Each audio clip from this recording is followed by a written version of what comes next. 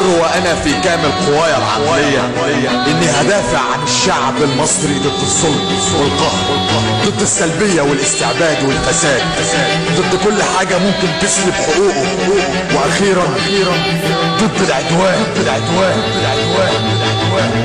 مفيش رجوع، دي ثورة بعد جوع، جايين ناخد بطارنا تمن الدم والدموع. مش هنقبل غير وقوفنا كلنا وقت الشروق، ايد في ايد بقلب دامن نتحد مفيش فروق. الاماني في العروق بتتحول لعدم مصر، احمر وابيض والاسود متشبع عن روح النسر. مهما قالوا عن كلامي مفتعل او شعارات، هفضل اخلاقي السريعة اللي تدمر الانكسارات. سلاح عدوي هو يأس من امل قريب، وطول ما فيا قدرة التنفس مش هغير. الميلاد صوت القلوب النقية والعقول، مفيش مكان في بلدي للمخرب والفلول. يلا نوجد الامل حتى لو من العدم، عشان هتندم لو ضعفت يوم ما ينفع الندم. بنتوحد في كل ضرب لسه عشان طريقنا واعر، استمد قوتك من العزيمة والمشاعر. مفيش رجوع، حرية، عدالة، نزاهة، كرامة، بص العزيمة قيمة والصمود جبل وسط الجموع. إرادة، كفاح، مضادة للنباح، بص اكسر السلاسل يوجد السبل. مفيش رجوع، حرية، عدالة، نزاهة، كرامة، بص العزيمة قيمة والصمود جبل وسط الجموع. إرادة، كفاح،